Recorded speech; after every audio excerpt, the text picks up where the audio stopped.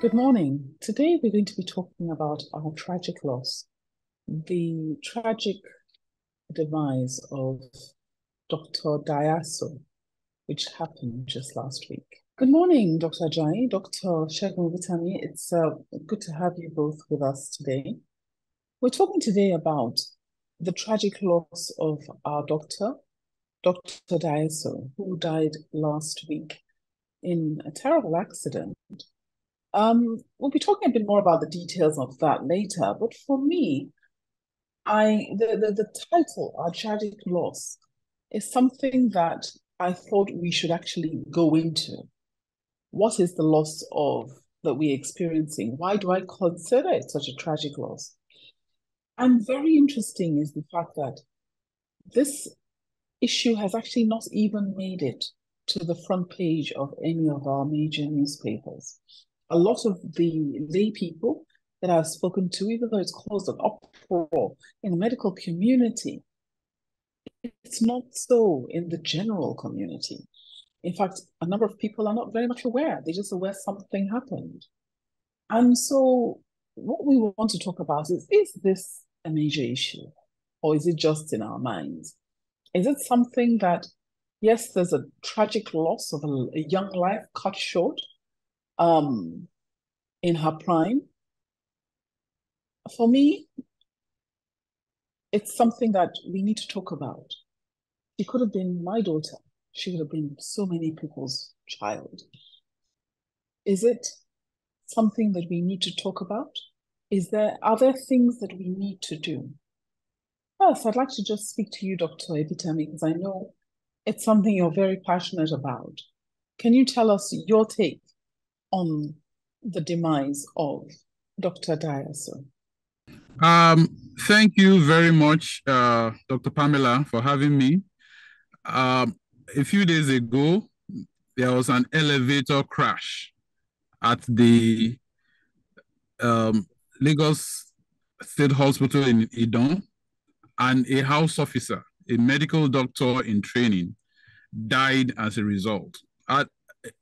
Immediately after the crash, it took over an hour for her to be rescued, and eventually she died in the hospital where there were other weaknesses.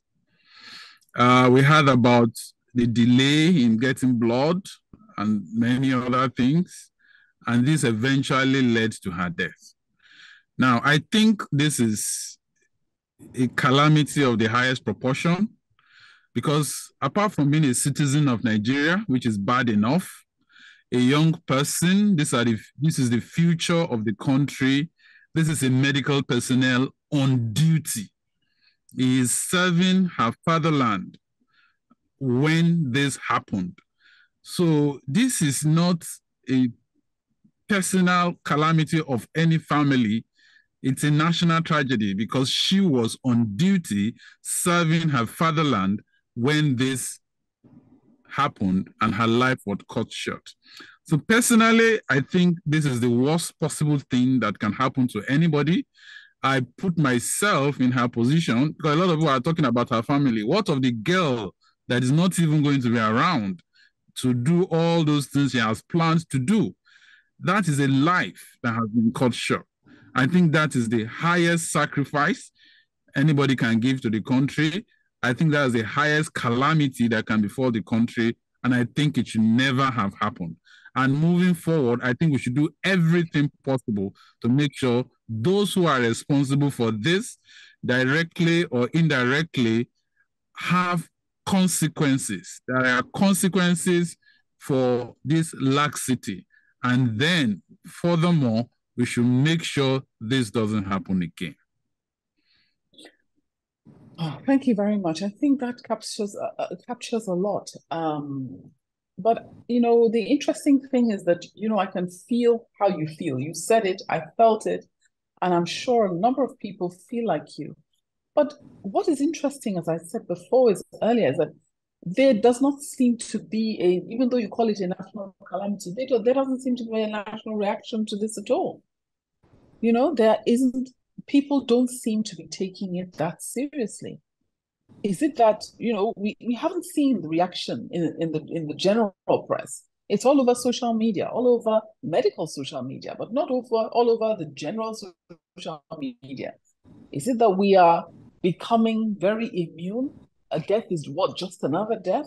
Is it that, something like this that is, should never happen? I mean, I don't know how many people enter elevators every day. How can you enter an elevator and it crashes and it kills someone? Isn't that something even enough to get somebody, to get that attention that I think it requires? I mean, I don't know. What is it? Or is it just that in Nigeria, we're just used to things going wrong, so it becomes a status quo and there's no, not much reaction to it? What are your thoughts? Okay. I think it's a combination of almost everything you've been talking about. We are becoming desensitized towards death because we see death in the north, death anywhere. So the death of a young medical doctor now is becoming to look like an ordinary thing, which I think should never be. Because the way I feel is that it can be anybody. And as a matter of fact, it will be anybody. Now, the difference between that is if we don't take concerted effort, this will happen again. Because I saw somewhere that somebody had predicted this. Somebody wrote 3 years ago that is it until somebody dies before we'll do something? Somebody has died. People are saying it again now. Is it until somebody dies before they'll do something more? Somebody will die again. That person can be me. It can be anybody listening to this program. So this is not, it's not something happening somewhere. It's in your neighborhood. It can be you. We all go to these hospitals, either as patients, as patient relatives, or as professionals doing our jobs. So it's unfortunate that the average Nigerian is not taking this as serious as should be, but it is actually a death sentence for all of us, a suspended death sentence, and you don't know whether you'll be the first to be executed by things like this. So I think this desensitization has to stop. The issue that healthcare is for the healthcare professionals has to stop, because when somebody dies, for the health professional, it's just a patient that died. But for somebody, that's somebody's wife, husband, mother, father, daughter, in this case. So we all, as Nigerian citizens, take this as a personal death threat and do everything we can to take up the authorities, people we have voted in power, to do something and make sure this doesn't happen again. Because as I said, it can be anybody. And if it doesn't, if nothing is done, it will be somebody. Thank you. Thank you so much. I think, it's, quite overwhelming, the significance of it, really, and the far-reaching effects. And if we think about it, not just, in the personal way we've thought about this now, but the thought that we've lost yet another healthcare professional in a country that doesn't even have enough, that they're leaving in droves, that this one hasn't even left, that she was here performing her duties and taking care of us. And she hadn't left to, funnier climes, as they say. These are just things that the enormity of it, is so far reaching.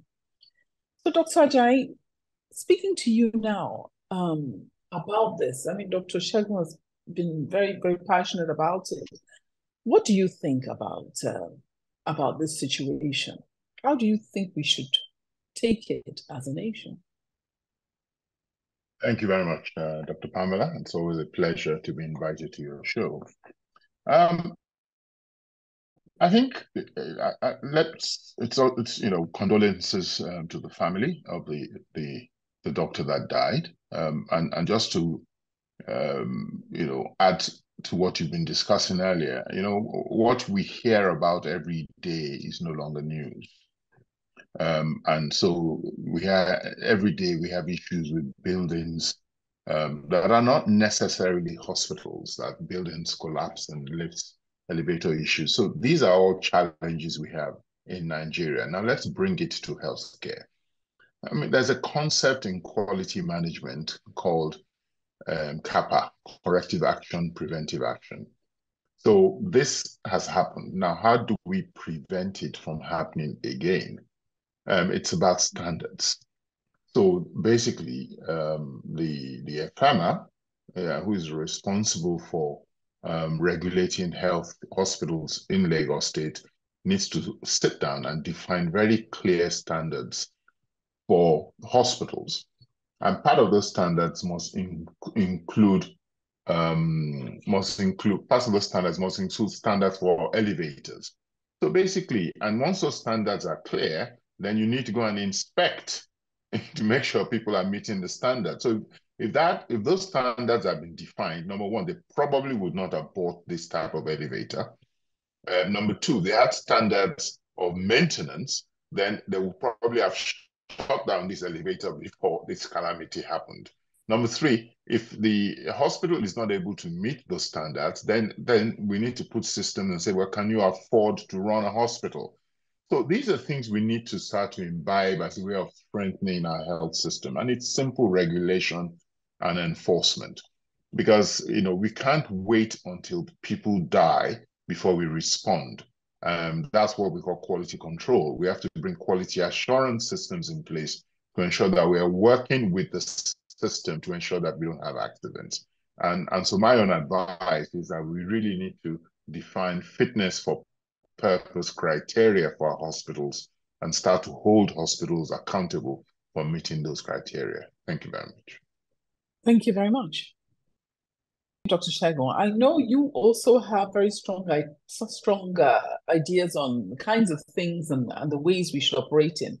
A number of people have said to me in the past, they've said, this if it was a private hospital, FEMA would have shut them down. Why is the hospital still open after this kind of thing has happened? So the issue for me is, what are the kind of issues? What do you see that we should be looking at as well? Okay. Dr. Ajayi has made a very clinical prescription on what the problem is and what should be done. What I'm just doing is to provide maybe some addendum. From where I am, I've run healthcare organizations for almost 20 years now, private especially. I think we should be doing root cause analysis. Who are the people? I keep saying, who are the people? 80% of the problem is about the people. We should take this thing as high as possible. The president of Nigeria should be involved in this because this is a doctor that is serving her. Some people have tried to say it's a Lagos State matter. I totally don't agree. We are all citizens of the Federal Republic of Nigeria. So I think people should be called order. I've seen a few, somebody has been suspended, somebody has been this. I don't think it's enough. And I think the general hospital where this happens should be closed down, at least to send a message to all the other general hospitals. Because the truth is that they are not much different. They are all calamities waiting to happen. That is the truth. There's nothing especially disastrous about this particular general hospital if you go and look at the numbers.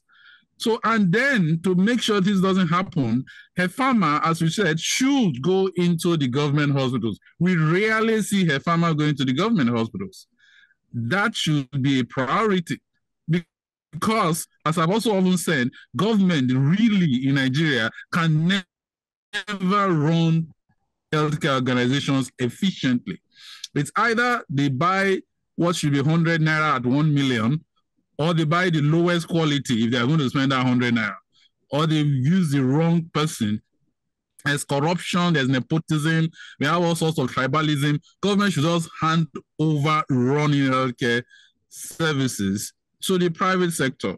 Nobody is perfect, but evidence show that the private sector is way above the public sector in the efficiency of running healthcare services. So the government should concentrate on funding, on assuring quality like this now. So if government hands over everything to the private sector, so they can do all these regulating only the private sector like they love to do. They love to think it's only private sector that should be regulated. So hand over the public hospitals, then you can face us directly and say, I'm regulating only the private sector, because by then only the private sector is delivering services. But you cannot be delivering services, not regulating your own and going after the public sector. That is, in Yoruba, they said, you're living leprosy and you are trying to kill ringworm. So I think the farmer has to respond to this call to order to ensure that the standard of care is resuscitated, because to me, it is gasping right now. Possible, maybe there will be a roadmap to that.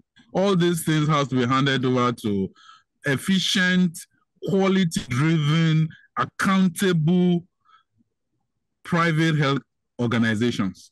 Thank you. Dr. Ajayi, your thoughts on this?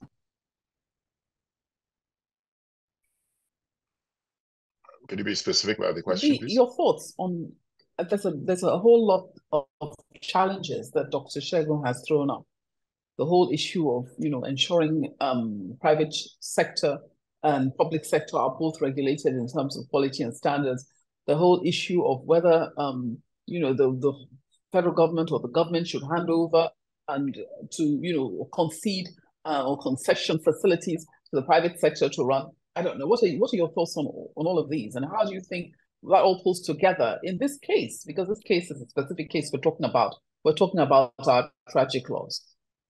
Yeah, thank you very much, Dr. Pamela. I think the challenge we deal with in Nigeria is from a government point of view, we think healthcare is a social service. And what that really means is that we do what we think we can do.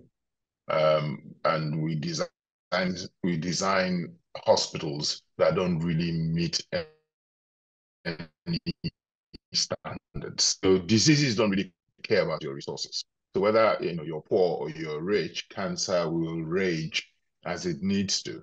And I think as a country, government needs to start to understand the cost of healthcare. We don't manufacture very few medical equipment or consumables locally. We import everything with hard-earned foreign exchange. So it is expensive to provide healthcare, and it is expensive to meet minimum standards. And government needs to take a long-term view and say, can we afford what it takes to run a fit-for-purpose hospital? And if we can't, perhaps we should take the little resources we have, divert that to paying for health care through a health insurance scheme, and concession the management and running of this expensive infrastructure to the private sector where there's an appetite. Because if you can solve the issue of payments paying through insurance, there's absolutely no reason why these government assets cannot be used to get some kind of sovereign guarantee from a development bank. We should, there is a need to start to think of some sort of public-private integration as we move forward. But it's very simple. First thing we need to do is define standards. This is a hospital. And I honestly think like they did with the bank a few years ago, where you needed share capital requirement. I think they went up to 25 billion before you could have a license for a bank. We need to think about the same thing for hospitals, because the hospital is a very complex building. A lift in a hospital is not like a lift in any tall commercial building. Because you have to think of people's lives in terms of you're moving patients who are moribund in that lift. So lifts in hospitals need to have sometimes life support systems incorporated into the lift system, so that if anything happens while a patient is being moved from theater to the ward, then you can resuscitate the patient within the lift. But the hospital is a very complex and dynamic system. And as a country, we need to really sit down and say, what is a hospital that meets the safety and efficacy requirements from a patient's point of view? And once we define this, the second question is, who can afford to run this? Because once we define these standards, we have to now say, well, we have a realistic view of what it takes to run a hospital. Can we do this? If the government can't, then let's get the private sector on board and government focus more on regulation and policy making. Thank you very much. Well, that I think is you know, I think a very, very logical way, you know, to put it. But you know, talking about this in a vacuum, you know, right now we're talking, and unfortunately, you know, we don't seem to be getting the traction, even in terms of understanding, because we talked about health insurance. We've been talking about health insurance. Lagos State is setting up a very laudable scheme. I mean, we don't have much time for this, but the volumes of what they're actually paying out is very low. How do we, you know, even though we only have 2 minutes left, how do we resolve these issues? How do we get them to pay more? How do we get a system that functions properly? Well, I think the key point is to have a clear vision of what we are trying to achieve. I mean, if we're trying to make a political statement that we have health insurance, and that's what it doesn't matter how much we pay as premiums, we can beat our chest and say we set up a health insurance system. But if we're trying to set up a health insurance system that meets the needs of the people, meets the needs of the providers, and meets the needs of the nation, then we need to sit down and say, what is healthcare? Now, how much will it cost to provide a consultation that will keep the doctor happy and keep the doctor in Nigeria? Because you're giving the doctor 300 naira as capitation, then the government itself is propelling brain drain. Because why would anybody sit and live on that when we know the cost of living in Nigeria? So we need to get a very robust view of the whole thing. Look at the providers and what makes sense for them, and look at the equipment that they deploy, what makes sense in terms of how do we absorb those costs, because then we look at what the government has, and that's how you start to build your health system. It's not a unilateral decision that this is what we can afford. Well, that doesn't achieve anything but a political statement. Thank you very much. Thank you. So do we have any last words for our listeners, Dr. Segun? My last word will be that everybody should take this, as I said earlier, as a death threat. Every individual in Nigeria should do their own personal advocacy for standards in healthcare, for accountability, and for the right competence to deliver the right service. If each and every one of us take this personal advocacy where we are, and we coalesce eventually at some point, some kind of change will happen. Thank you. Thank you very much. Dr. Ajayi? Well, the journey of 1,000 steps begins with the first, but we need to know where we're going. So I think we need to really start to understand what are we doing about healthcare. What are the key performance indicators that we want to drive? And then we start, working towards them. So getting regulatory framework that is integrated towards the patient, because currently our regulation is very fragmented. And how do we get start to put together some kind of national body that focuses on safety of the patient and efficacy of therapy? I think that's the beginning. And once we're clear about that, we need to be clear what it is we want to achieve with each item. With that clarity, we'll start to walk the journey. Thank you very much. Thank you. Thank you very much. Thank you for watching. Please like, share, and subscribe for new video updates.